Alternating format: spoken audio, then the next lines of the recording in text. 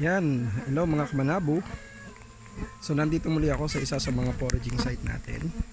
Dito po to sa may San Francisco, Santo Tomas.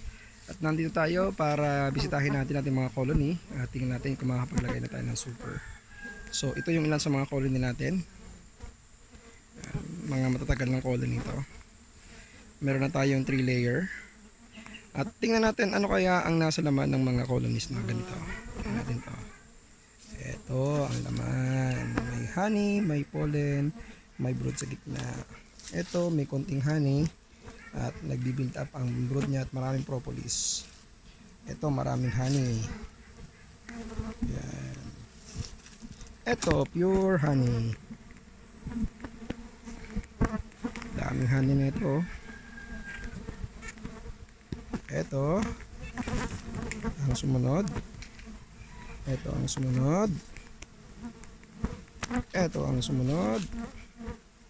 At ito naman hindi siya mahilig sa pollen. Almost pollen lahat.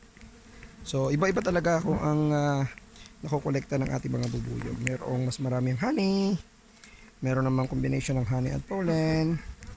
Merong medyo mabagal silang mag-collect. At meron naman talagang pure honey ang nilalagay nila dito. Kung meron mong konting pollen, konting-konti lang. So yun guys, so kung gusto nyo mag-alaga ng colony ng stingless bee, PM lang po kayo sa Mount Manabo Honeybee Farm. At ganitong kalalakas na colony ang inyong makukuha kapag umorder po kayo. Meron pa tayo doon at doon pa sa kabilang site na yan.